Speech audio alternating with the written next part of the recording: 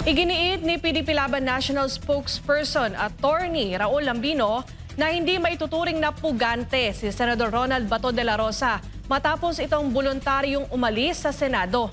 Alamin kung bakit sa ulat na ito.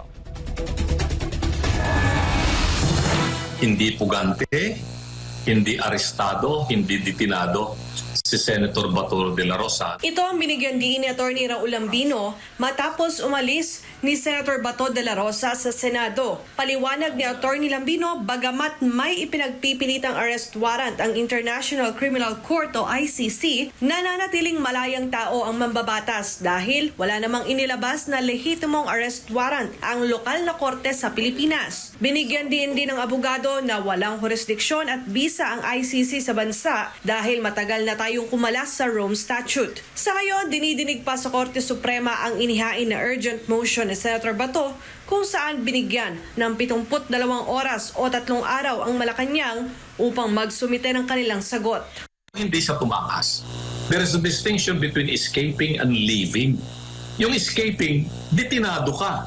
Restrained yung liberty mo. Valid yung detention mo. So you are not free anymore to go out or go anywhere you want. Pero he is not a detained prisoner, but he is there under the protection of the Senate. Ayon kay Lambino, karapatan ng senador na umalis sa Senado kung pakiramdam nito ay hindi na siya ligtas doon kasunod na nangyaring kaguluhan. Kinumpirma naman ni Senate President Alan Peter Cayetano na voluntaryong lumabas ng Senate premises si De La Rosa kasama si Senator Robin Padilla nitong Huwebes ng madaling araw pasado 2:00. Sa ngayon, itinuturing na ring person of interest ng NBI si Senator Padilla.